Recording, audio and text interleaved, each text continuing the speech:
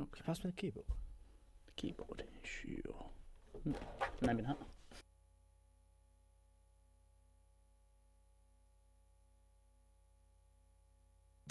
Online and on the TuneIn app. This is the News and Sports Show on Utter Radio.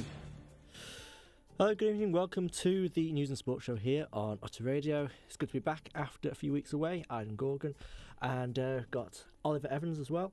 Will be joining us for the show as we go through some of the biggest stories at home and abroad. Coming up. That was a Boo! Too busy tossing your sweets, mate. That was a good opening as well. I know. Yeah, it was. That's the shortest News and Sports Show in. Time to go. That's it. Good one, boys. Great. You got in 2 words. Yeah? No, you didn't speak at all. I didn't speak, no. Your presence got the room. All the way. Online and on the TuneIn app. This is the News and Sports Show on Utter Radio. Good evening and welcome to the News and Sports Show here on Utter Radio. Good to be back after a few weeks away, or a few minutes, depending if this went out live.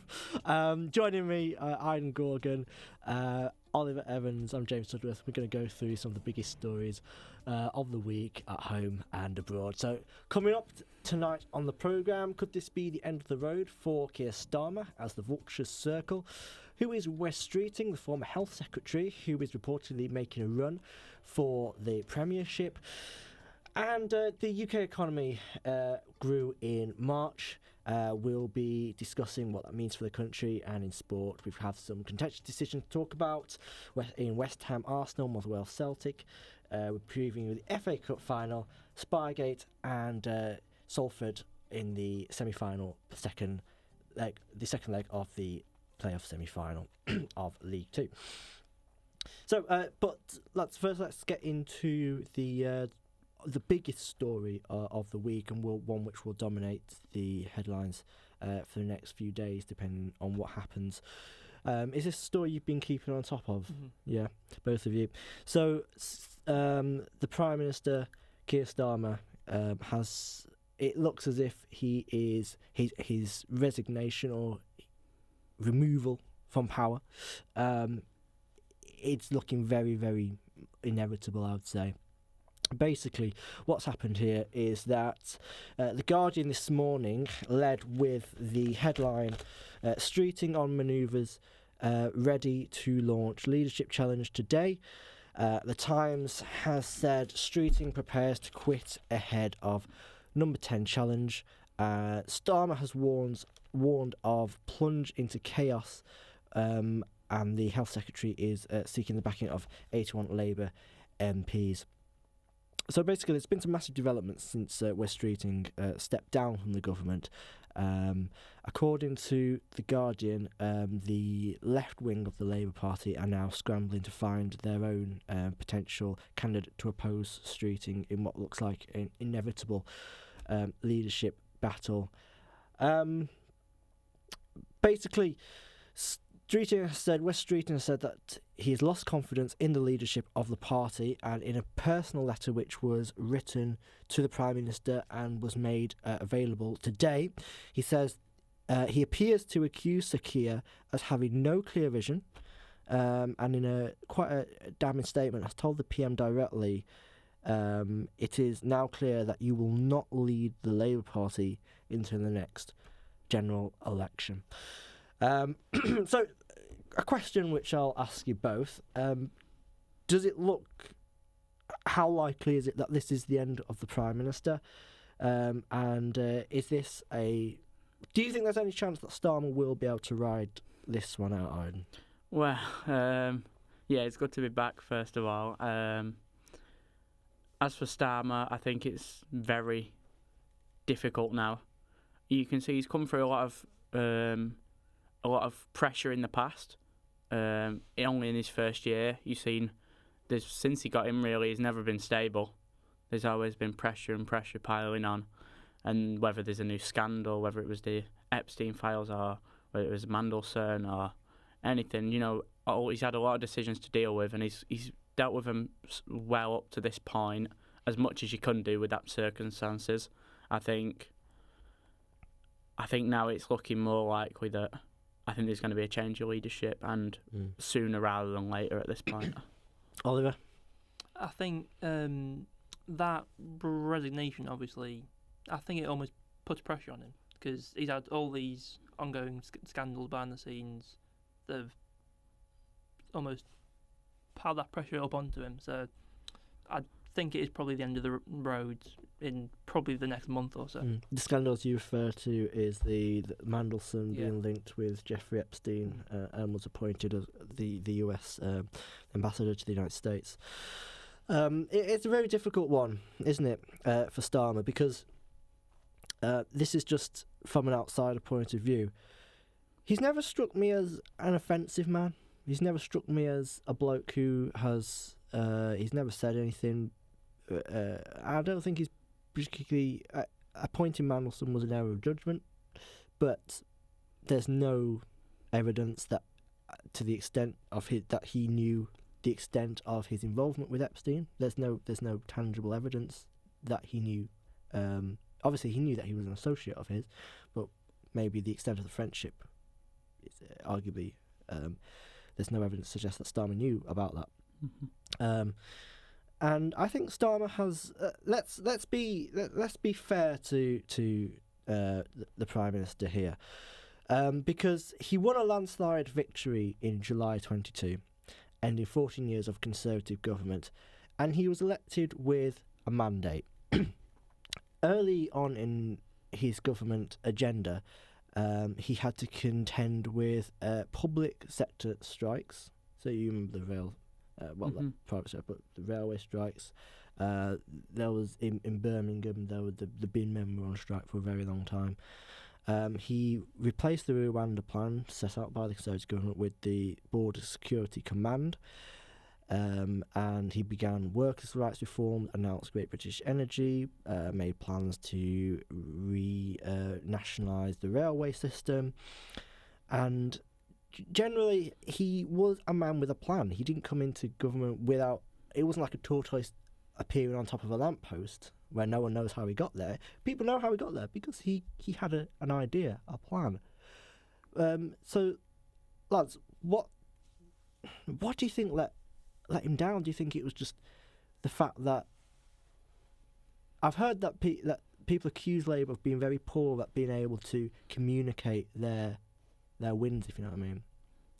Would you agree with that Labour haven't been good at showing the world, look, we've done a good job in government so far?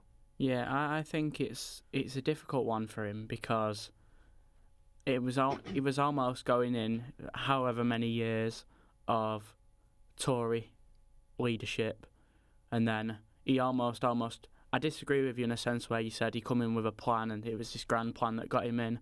I think there was no other option. I think reform was still building from the ground up. The Greens were still really not even looked at as an option. Yeah. And he was the option. He was the other option. He was the alternative, and I think that's what people wanted at the time.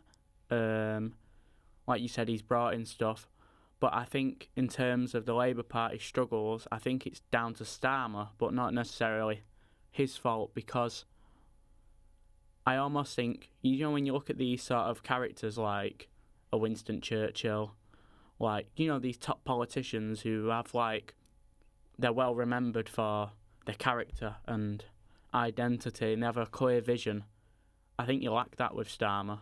I think almost there's it's too much stability, and I feel like the people need change. I feel like people are fed up in this country. I mean, you look everywhere. It's not just in Manchester. If you look at everywhere, people are fed up with the cost of living, the prices, the bills, go to do the food shop, the price of petrol. It's just more and more mounting pressure.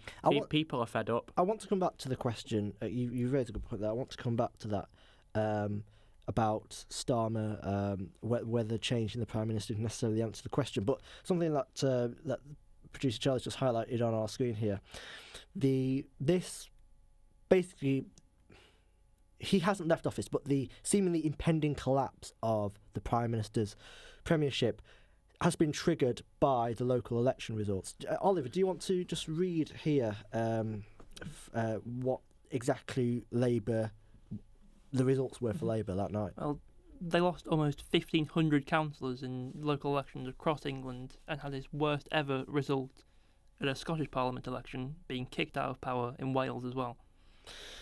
It was diabolical for Labour, but never before has a Prime Minister actually been forced out by the party because of local election results, general election results, but not local election results. But before we go on, I think it's important, can we talk about, I want to talk about the man who looks like could potentially replace the Prime Minister. Arden, do you want to tell us a bit about who Wes Streeting is? So Wes Streeting is, well, he may well be our next Prime Minister. He's been the Health Secretary since Labour came into power in 2024. He was first elected to Parliament in 2015, having previously served as President of the National Union of Students and a London councillor he was as well. He's 43 years old. He grew up in a council flat in London's working class East End, visiting his bank robber grandfather in jail. Just some little extra bits, but that's an interesting fact, isn't it? I feel like it all brings it into his character and his adult profile. So and he was at Cambridge as well. Can you tell us a bit about his cabinet profile? What's he done since he's been in office in the government? Yeah, well, he's the Health Secretary. He was the Health Secretary, not anymore. He can point to a fall. He's part of the reason why the fall in the NHS waiting list. Yeah. As well. Another win for Labour, which hasn't been so, that haven't been shouted up off the rooftops, if you know what I mean. Yeah, and there's a reason why he's left his role is because he's had loads of support from Labour MPs, particularly those on the centre and the right of the Labour Party. You could almost mention before there's going to be an opposition challenge from the left side of the Labour Party. But he's certainly had the support of... he's got a lot of allies within his party. Yeah, who are some of those allies? Well, there's Business Secretary Peter Kyle, Science Secretary Liz Kendall as well is a big one. The BBC have said that his status on the right wing could make him unpopular with other members of the Labour Party, but we'll just have to wait and see how it goes on. An interesting fact, actually, about Streeting, that he's described as, so The Guardian have described him as a Blairite, and I'll actually just back up what you say there.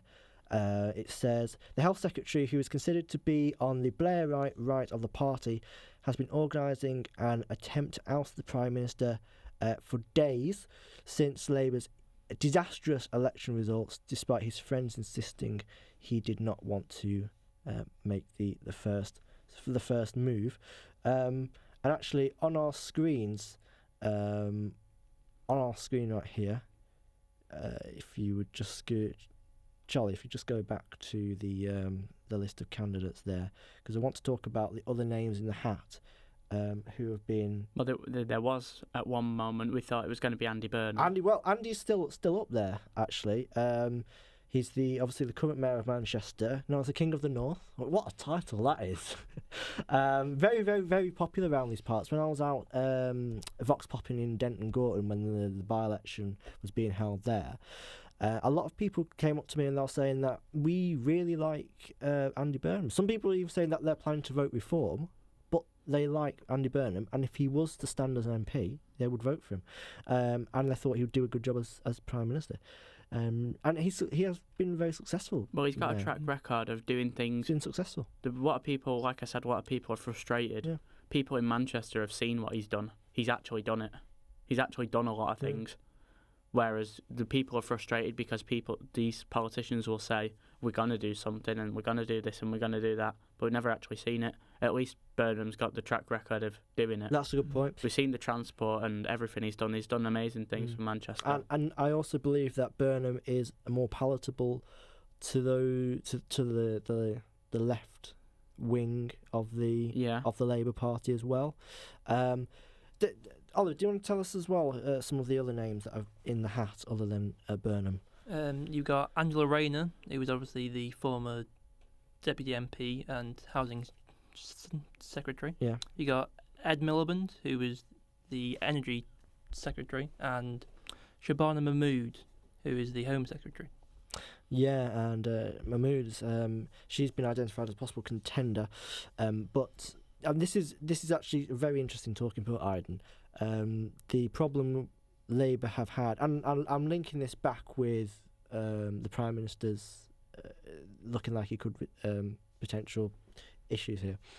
The problem that I have over immigration, because actually Labour have done a lot of work reducing immigration. They created the Border Security Command.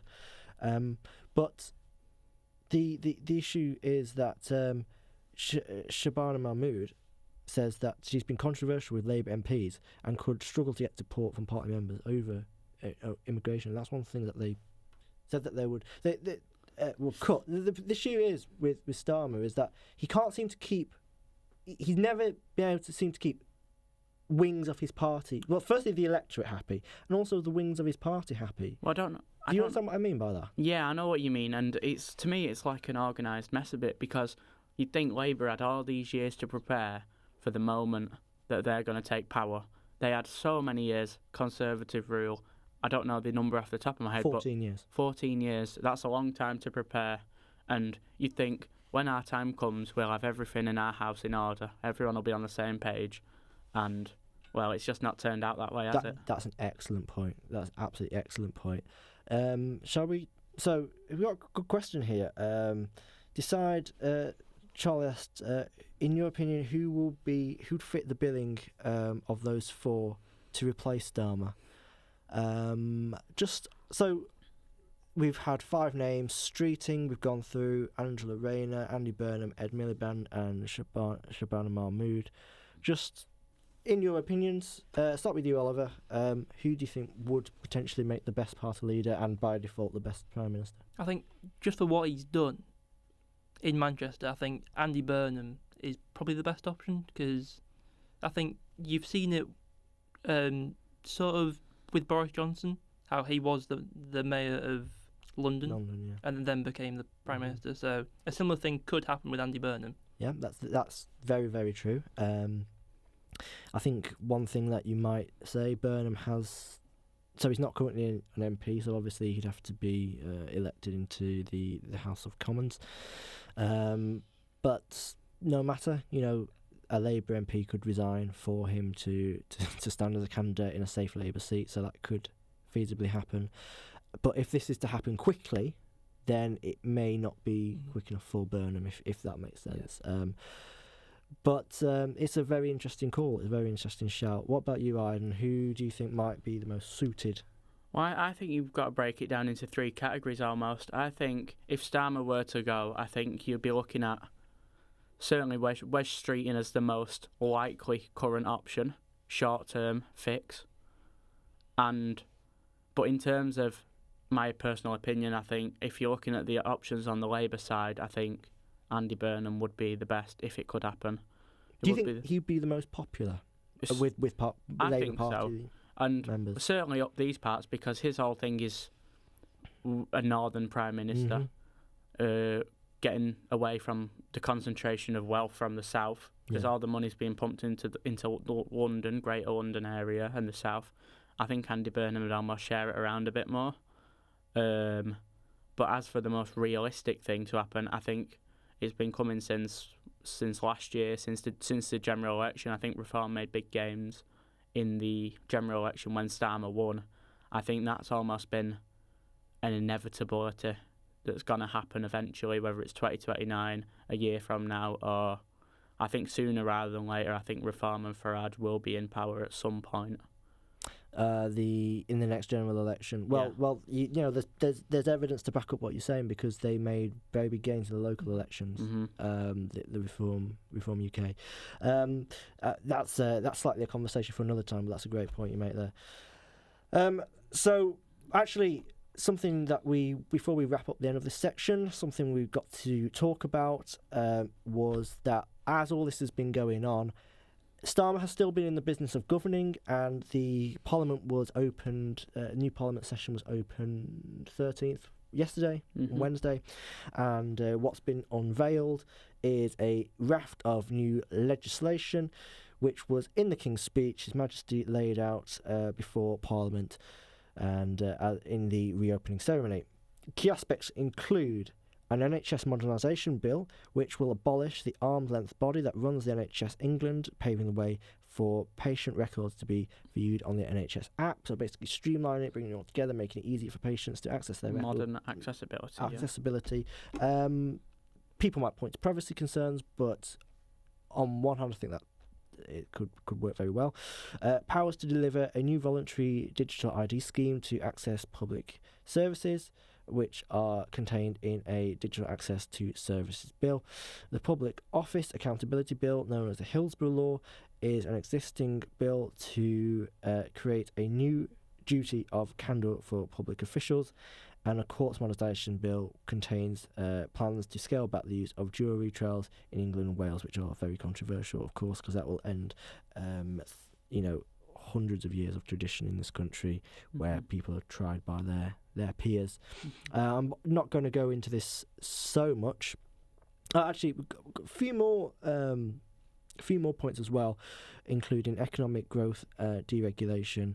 Starmer is also pursuing stronger ties with the EU. This will also laid out in the King's Speech. Tougher asylum rules. So again, we're kind of going back to immigration. That's something the government have been working on. Energy security, nuclear involvement, and reform. Not the party reform, but voting reform proposals, including votes for 16-year-olds, and also as well the full nationalisation of British Steel. So some Labour are making moves, some big plans to reform. Which obviously journalists, the press will argue the toss. There'll be many things here that Reform Conservatives don't like, and there'll be things that even Labour voters may not like. But the point I'm trying to make is it's not as if, in his letter, Streeting accused the Prime Minister of not having a clear vision and drifting. I don't, personally speaking, this is just me thinking personally now, I don't know how fair that is to say. Well, here's one question to pose to both of you, in fact. What do you... we've seen since the elections, the local elections come through, the results come through, Reform made massive gains. Labour had some humiliating defeats, I think, to say the least. Just one final question to finish on. We've seen what you've just said has just come in recently, the last week. Do you not think these should be implemented sooner? Do you not think this has come as a reaction to the elections rather than anything else? Do you not think this should have been implemented 6 months ago? I think that's a really good point. I mean, what do you think, Oliver? I'm not sure it's quite reactionary, but I do think it should have been in even talks like a year ago, 6 months ago. But I think this is, and I was talking to someone about this actually, it goes back to Labour's problem with communication. Labour have done decent things since they've been in office, but the trouble is, the two things that they have, Starmer doesn't... When you have a political theatre full of big characters like Farage, like Zach Polanski, like Greens, like even Kemi Badenoch, Conservative, big, demonstrous characters, powerful speakers, very... They sell a clear message, okay? Starmer doesn't sell a clear message. That's what... And being a politician is like being a journalist. You're a storyteller. The difference is being a journalist, you're a retrospective storyteller. You're telling stories of what has happened. You're a leader. You're the leader of the country. It's almost like a football manager, for example. Exactly. You've got to listen to what Starmer says and say, "Yeah, I'm behind that. I like that." And part of that, and his comms team is telling the story of what is going to happen. This country will be great because we're going to do this, and this is going to happen, and this is what we have done. And he's not very good at that. No conviction. He doesn't lead with conviction, and I think that's what troubles a lot of. I think that's what hurts him is the fact that he doesn't have that same conviction and that demonstrous sort He's of. not got the like a Winston Churchill almost, that demeanour, that character. Well, yeah, but I said political theatre because it kind of is theatre pretty much. And when he is part of a cast with those characters that I just mentioned, naturally the spotlight's not going to be on him, and so it's difficult. But look, before we move on to sport, let's talk about some good news actually. The UK's economy has grown by 0.3%, which sounds tiny, but that, in terms of scale, that's quite decent. In March, despite the impact of the Iran war, the effects of the conflict are expected to hit growth later this year. The Office of National Statistics said there were signs consumers and business brought forward spending in March due to fears over future price rises brought about by the war. Economic growth in the first 3 months of the year was at 0.6%. Led by a rebound in areas such as retailing and construction. So, despite the war, despite its impact, the economy has been growing a little bit. We've still got a bit of time. So, what I'm proposing we can do is, shall we move on to sport a little bit early? Because we have got. Well, there's just one thing I want to mention. To get through, go on, yeah. David Attenborough. Oh, of course, yes. Yeah. He Centurion, yeah, he turned 100 since the last time we did this show. It was it's an amazing achievement, really. I don't know if that's the right way to put it, but it is an amazing. Stay alive for 100 years. That is an achievement. And what a life as well he's lived. It was his birthday last Friday, the 8th of May. And just what an impact. I mean, you say the name and everybody's face lights up. Like just then, he's a national treasure. I think it deserves to be mentioned. And it's incredible because he's still working. I know. Mm-hmm. And I think that's you see that a lot actually, don't you? Charlie's highlighted. I can't swear because obviously, but cheeky so he said, "Who's your favourite presenter on TV, past and present?" Can't say James Sudworth. Oh, actually, do you mean that the other way round? You can't say I'm obviously everyone's choice. Oh yeah. So you can't say me. Yeah. What about you, Oliver? Who is your favourite presenter? I think sort of going down the sport route. Jeff Stelling. Jeff Stelling from Sky. That's a great shout. Sky Sports News. Yeah. That's a great What are you shout. on? I'm torn. I can't really think of one. I feel like it would be very unfair to give one off the top of my head. For me, Jeremy Clarkson. Yeah. Yeah. Funny. Yeah, he's pretty good.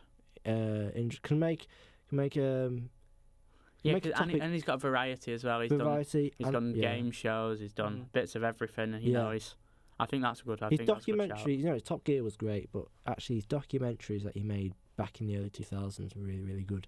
Yeah. He just had a way of telling a story, making it really, really engaging and quite inspirational. I'm not saying that, as a person, I'm not saying he's perfect, but as a TV presenter, he was very good at his job.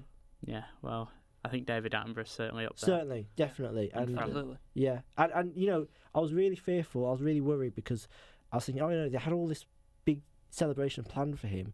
He's a 100-year-old man, what if, But the fact is he reached his 100th birthday, he's passed his 100th birthday, we've all got to celebrate What it. a guy. So, yeah. What a guy. Yeah. Everybody from Utter Radio, happy birthday, David Attenborough. David Attenborough. Beautiful. Shall we move on to sport?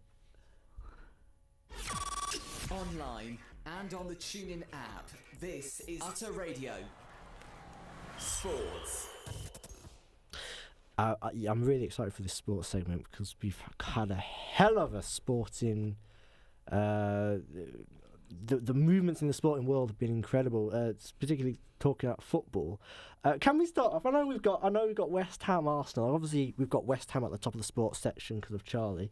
But very quick, can we just talk about the Scottish Premiership? Okay. I think that's a good place to start. The Scottish Premiership this season has been incredible, a joyride. And I was watching Hearts Falkirk yesterday night. And you had Motherwell Celtic going on. Did you both? Yeah. Honestly, I know it kind of didn't end how we would maybe, as a neutral, okay, how we might want it to end. Yeah. But, because it could have been one of the greatest, if Motherwell had won the game, that would have been one of the greatest sporting moments in football, in What? Scottish football, in NA football, I'll be honest, 'cause just the way it was presented, because you had Celtic and Motherwell playing at the same time as Hearts Falkirk. Can you imagine the game finished at Hearts, and then Motherwell scored, and imagine like the pitch invasion? It would have been crazy. Mhm. Unfortunately, it didn't quite go that way. But the final day is going to be amazing, Oh. isn't it? It's going to be Unbelievable. ridiculous. We've got a great day of football on Saturday. I mean, what did you make of last night, the Celtic game in particular? What did you make of the penalty at the end? I think that was the major talking point coming away from the game. That Yes. ball bounced off his hand. Yeah. Yes. Thoughts? I think it is a penalty. Let's be honest. Unfortunately, I have to agree with Oliver. Yeah. I do actually. If that was any other game, I don't think it'd be that controversial. Hmm. It's just because of what it meant. Yeah. See, now I'm gonna challenge you. This is not a penalty, by the way. I don't think. How? But so you know when the throwing comes in, when it comes in, and his head goes up, his arms almost here with it. Do you think the ball can make that much of a momentum and go forward if it touches his hand? If the ball touches his hand, it'll just drop in front of you. It won't go that far. But Honestly, try it. You can try it in real life. If you bring a ball and you throw it, like if you put your hand like next to your head, Anyone in the gallery got a football or a tennis ball, any kind of ball, or a No. sweet.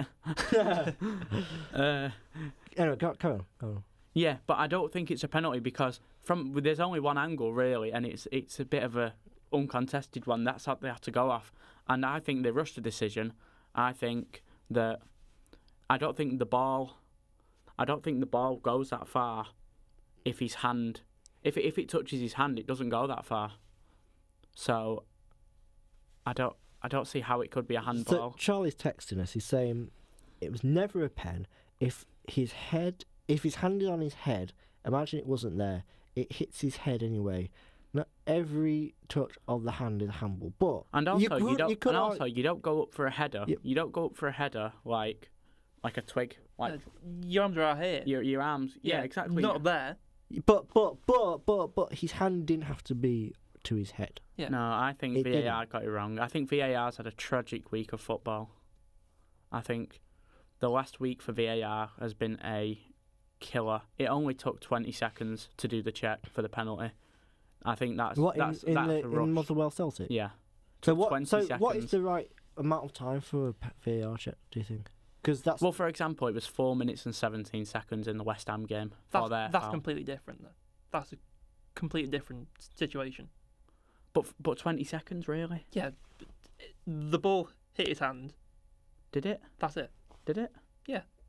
Oh, I don't know. Maybe his wrist. Oh, I don't know. Can I think it is head. Can I ask a question? Go on. On the spot, yes or no? VAR should be banned from football altogether. Oh, absolutely. I think. You think it would make yeah. the game better? Yes. Now, I used to be all for. I used to be all for the technology and for VAR, but it's just killing. It's just killing it, and it's not necessarily the VAR, but I don't think the people running it can work with the VAR to make it successful. I think it's a complete disaster, and Is there any country that you think does it right? there's so many people that I've spoke to, are football fans from all different teams.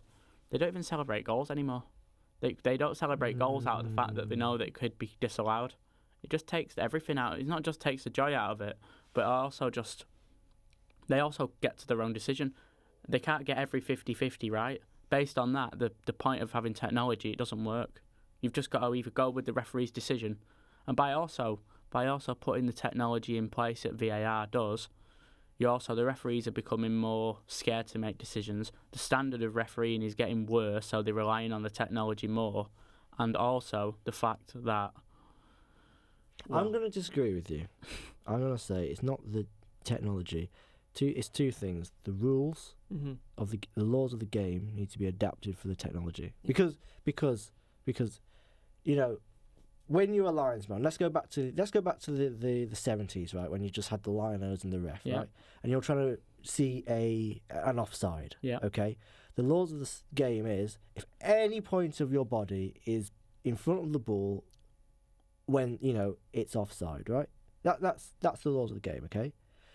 when you're a linesman, meters, yards away, you're only going to see the real obvious ones, aren't you? Mm-hmm. Right, well, I feel like they're trained, and by the way, the cost to run a VAR machine is ridiculous. If you put that money into educating referees and the standard of refereeing courses to put it better, you would have much better referees. Therefore, I think you would have much better products for the referees. It would also entice people, because there's a problem getting referees there's a problem getting people to become referees. Let's be honest, though. And they're a bit redundant in this day and age. Who wants to be a jail warden? Who wants to be a referee? Yeah. Who wants to be a referee? Everyone hates you. No one. Well, Would you be a referee, Arden? I'd be a referee. Really? So, right, if the Premier League, the big leagues call you now, they're listening to the I show. don't know if I'd be very qualified, but I would be a referee, yeah. Why not? So you'd referee Dog and Duck on Sunday League? If Why not? You'll get so much abuse. So much abuse. Hey, I it's so much abuse. character building, isn't it? I think we need to put. I think we need to put this to the test. Is this an actually. Utter Radio special? It does, yeah, Absolutely. yeah. Who wants to see Iden as a Sunday League ref? Just getting hurled by 50-year-old men. No, for me, I think the laws of the game need changing. I think it needs to be updated. If an entire leg is offside, if there is a gap, if there's daylight between defender and a player, that's offside. It's ridiculous ruling goals out because a toe is offside. I hate that. I cannot stand that. That's one thing I hate, but I don't hate VAR for that. I hate the laws of the game for that. Well, it's what you can do, and now it's... You agree with you that ruling goals out for because a toe is offside is absolutely ridiculous, isn't it? So, yeah, but the solution is not to measure the lines 1 inch, 2 inch, to see if he cut his toenails to make sure he's offside or not.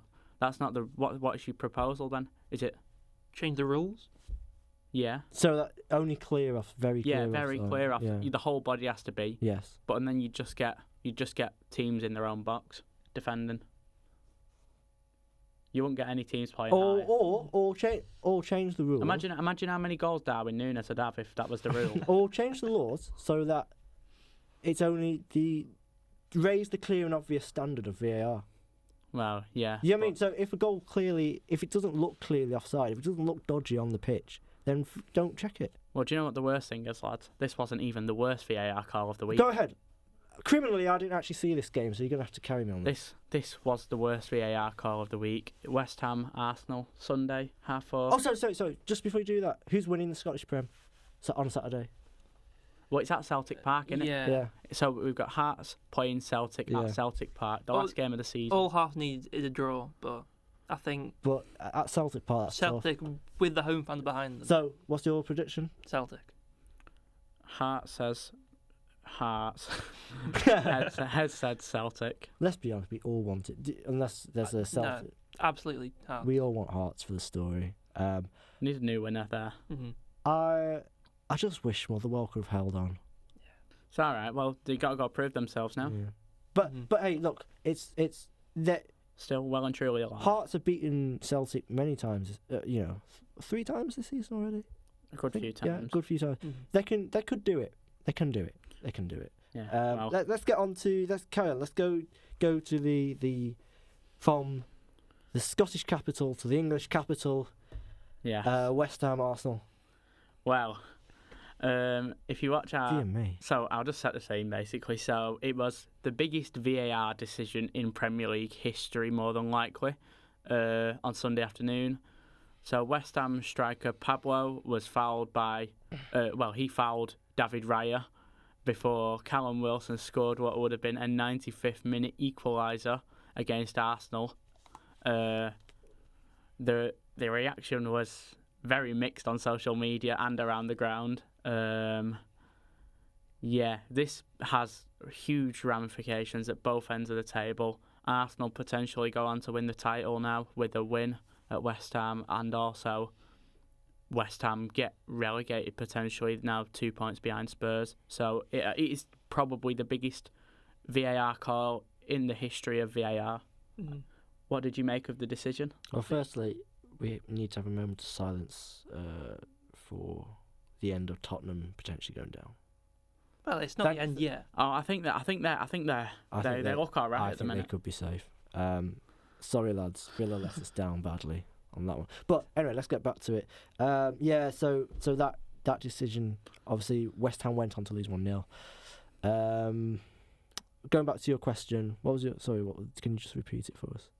Well, yeah, what did you make of it? Was it a foul? I can't say, because I actually haven't seen it. Okay. Actually, so you have to be you, Oliver. I watched back. I think the Premier League released the actual 5 minutes of VAR, all the speech behind that. I've watched that about 3 times, and Charlie might not like it, but I think they came to the right decision. What? In my opinion. Really? Yeah. Just everything. If everything. So you think the goalkeeper was fouled? Yes. Wow. Okay. I think he was.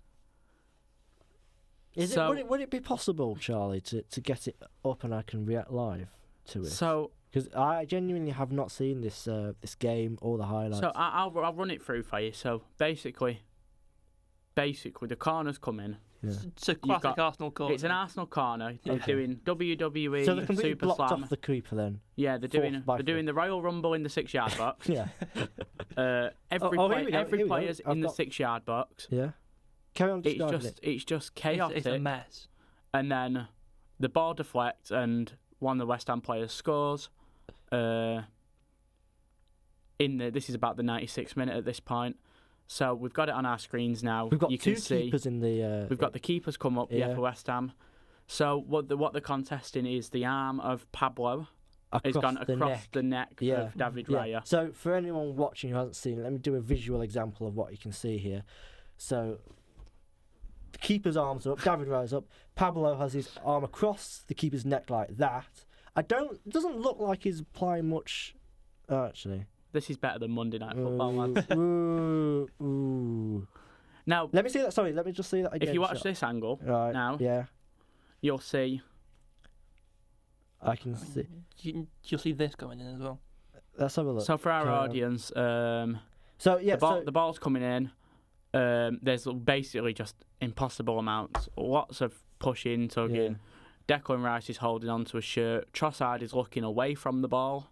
Well, Trossard is looking at the other corner flag, pushing a rugby tackling one of the West Ham players to the ground before the ball's coming. Yeah. So could there have been a potential penalty to West Ham, even though there was a foul on the goal? If you admit that the goalkeeper was fouled, could there still have been a penalty on West Ham? For our listeners, the key point here is the neck across the arm, Pablo's arm across the neck of David Raya, who is jumping for the ball. And he's contesting it. I've watched it a few times now. What did you make? I would have hated to have been in that VAR booth. Mm-hmm. Honestly, I would have hated to be in it. I would never be a referee. Honestly, this is my gut feeling. Right, James Sudworth, what's your decision? Sorry, Charlie. I feel that was a foul. Mm-hmm. Actually, all right then. If it was a foul, then okay. If it was a foul, I don't think it was a foul, by the way. Sorry. So let me just. I'll just have one more look, because even as I said those words, this is taking longer than the actual call. It felt stinky coming out my mouth saying that. No, the problem is, if you look at the back post. No, I've changed my mind. It's not. I've changed my mind. Also, it's very marginal, but I've changed my mind. One thing is, the goalkeeper already gets special privileges using his hands. And it's not like he's lost the ball. It's not like he's gone for the ball, somebody's took him out and he's missed it. He's actually failed to catch the ball under pressure. It's not like he's gone for the ball, he's been took out, and then he's not got the ball and they've scored. No, he's got the ball, he's lost the ball, and West Ham have scored. And as much as you want to say it's a foul, there's so much tugging and pushing in that penalty area. I thought that, but then they released the audio from the VAR booth, which I think is the most interesting VAR video that's ever been released. So what they said was the Mavropanos foul, the right on Mavropanos, it's nowhere near the ball. So they didn't even. it's not even taking it into account. The problem is with the VAR audio, and I don't think you've listened to this, James, have you? But No, I haven't. the VAR, the problem is, and I've spoke to producer Charlie a lot about this in the last week or so, they're not even looking to give anything other than they're only looking to cancel the goal. That's the only thing they're looking for. If you actually listen to the audio, they're not looking to give a penalty to West Ham. They're not looking to look if Arsenal earned a foul anywhere else in the box. They're not looking to see if it was a handball or anything else. They're only looking to cancel the goal. I think that's harsh. They do take into account everything around the goal. I don't think so. Obviously, the Pablo on Raya is the main talking point. So they looked at that first, and then they went and looked at the Sherpull, the Trossard, the Rice, everything. So Charlie's asked the question all the way around: does it get disallowed? Personally, I don't think that's a conspiracy against West Ham. I don't think anyone's out for West Ham. I don't think. I have a theory on this, and I've mentioned this on a show this week as well. But I don't think we've got time for that. No, I'm going to move us on in a minute as well. So yeah, but all as I'll say is, I think Arsenal have had a lot of these decisions this season. The game, you're a United fan, aren't you, Oliver? The one on Bayern Day, United won against Arsenal. Yeah. Mm-hmm. Arsenal won against United 1-0 earlier in 2025. It was practically an identical goal that was given. The consistency has been questioned heavily. Arsenal have got away with a lot of decisions this year. And maybe if you did compilations on other teams, you'd also find they got away with decisions. It's a problem with the refereeing. But Arsenal certainly have got away with a lot of issues. And it doesn't help when you've got Howard Webb, who's the PGMOL chief, coming out speaking in statements and riddles. Mm-hmm. Michael Owen, I'm sure, was on one question. He was on one show questioning him about the decision, and he just speaks in riddles. Mm-hmm. So you'll never get an answer. You can think what you want, but I just say, if the majority of people are saying this has happened, it's more than likely happened. The average person is not that stupid. What I will say is, I think the title could well be Arsenal's now. Mm-hmm. And because they play Burnley on Monday, they're not going to offer any resistance at all. No, I don't know. They drew to Aston Villa. That's because Villa not very good. Nearly. Villa just aren't very good. Kyle Walker, an ex-City player. He's been training that long shot for 35 years. Let's be real here, okay? Take your City fan hat off. You lost the title. Sorry, buddy. Hey, I don't think it's over yet. They could win the Champions League as well. It's not over yet. Well, imagine this incredible. It could be a double winning season for Arsenal. Could be a treble winning season for City. League FA Cup, League Cup, and what else? Carabao Cup, which Arsenal. So hold on, Carabao Cup, FA Cup, which they play this Saturday, and the Premier League. Oh yeah, but it's unlikely though, isn't it? Let's be honest. Well, I think certainly the double is likely. And a West Ham set to be relegated. Yeah, I think so. Right, so Southampton. This is what a crazy, wacky story this is, right? So if you don't follow football, this is tune back in because you'll like this. So Southampton beat Middlesbrough 2-1 in the Championship playoff final, right? Semi-final. What the playoffs are is a system where 6 teams compete. 4 teams. Beg your pardon. 4 teams compete for the place to the 3rd spot to go up to the Premier League. Yeah. And basically, what's happened is there's been some hooliganry going on. There's been some below the belt tactics where William Salt. Can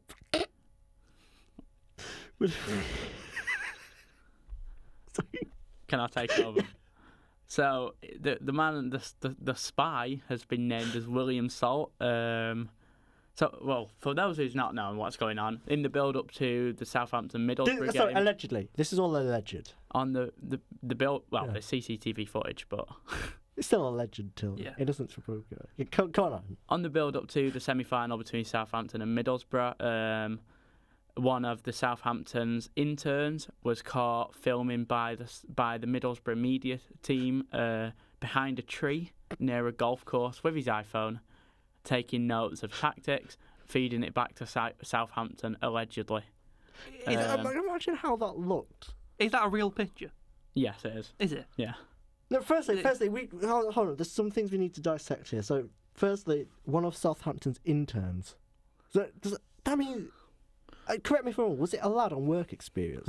They got to do that. Well, it'd just be a media intern, won't it? It'd be like somebody, I don't even know. So it's like someone who's gone on an. But it's certainly not an James Bond. Could you imagine you would go to an internship because you're both sport journalists, right? So you go to the media in-house, joining media, and their first assignment. Is that? And let's be honest here, Will, what are you doing? That you do. Why are you even bothering standing? You're standing next to the tree, not behind it. Well, the worst thing is in this situation, Southampton did actually win the tie in extra time. They did, yeah. The Shea Charles goal with 3 minutes to go. It was a heartbreaking defeat for Middlesbrough, but you felt it was coming towards the end of that game. But And they now, could be stripped of that, couldn't they? But now, well, we're going to come on to this, but it just ponders the question. Southampton have been on an unbeaten streak of like 20 games. How many times has this guy been to training grounds? Standing behind a tree. Because they've actually found, so he bought from his personal bank card, they found him buying a golf club from his personal bank account. Who found this? Who are your sources? It'll be Middlesbrough going in to check it. So the investigation that's currently going on. How would Middlesbrough find that out? I don't understand. Well, I guess they're working with the government, or they're working with the EFL. Yeah. To investigate, and I'm pretty sure only like law enforcement agencies can open people's accounts. No. Mm-hmm. Well, I don't know. Yeah. Anyway. Well, he purchased a golf club. Yeah. In that golf range, not far from Middlesbrough's training ground. So yeah, it's looking a bit. It's very shady stuff from Southampton. Maybe behind their winning streak, but what do you think is a reasonable? Well, let me just say these are allegations. Nothing's been proven yet. But so the question is, what should the punishment for Southampton be if they're caught? And I remember way back in the day. Mm-hmm. Do you remember Marcelo Bielsa trying to do the same thing? Yeah. Do you remember that, Nigel? When was that? I remember that because it was the 2018-19 season. Yeah. Yeah. When they spied on Derby, didn't they? Yeah, it was Leeds Derby. And they didn't get punished for it, but what they did get was instant karma by getting absolutely mauled at home by Derby, who then, just for the fun of it, went on to lose the final to Villa. And they got... Charlie has corrected me. They did get a £200,000 fine, Leeds, for that. But the point is, they didn't get... Well... There was no long-term... There was nothing of note, really, for a football club that size. They didn't get points deducted, and, obviously we'll never know whether... if they had beaten Derby, because they didn't beat Derby. But the point is... what could be the punishment? The problem is, right... How proven is all this? Well, if this is the point, if they can prove it. Personally, I think it'd be very difficult to prove. Yeah. And also they're looking into if this has happened before, and I think it's very difficult to prove, but if it was, then that's when you get into real dangerous transfer bans, points deductions. But bearing in mind, if Southampton go up, they can't be points deducted by the EFL because they'll be in the Premier League then. I know it looks extremely dodgy, but firstly, he's not breaking the law by filming. There is no law against going and filming. So they have no legal basis for this.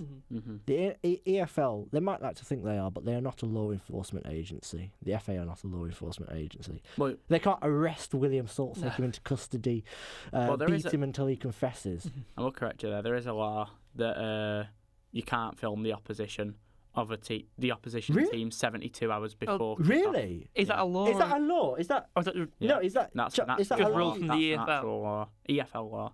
An EFL law? EFL No, law. no, I'm talking about a criminal law. yeah. Well, there isn't a criminal. That'll have to go to CASA, arbitration of sport courts, and all sorts. It'll get but higher up. the point I'm trying to make is, Aaron, is that like you can't. Obviously, the EFL can do an investigation, Yeah, but but they've already been charged. Southampton Southampton have already been charged with charged, espionage. so it's not alleged. Okay, right. So they've already been charged. I think you're like a very bad lawyer at this rate. I think they've already been charged by the EFL with breaking rules by observing one of Middlesbrough training sessions, and this was before the semi-final. I mean, going on now, there's the hearing which is set to happen on the 19th of May, next Tuesday. So When's the final again? the final will be on the 22nd, the Saturday 23rd. 23rd. Right. So what?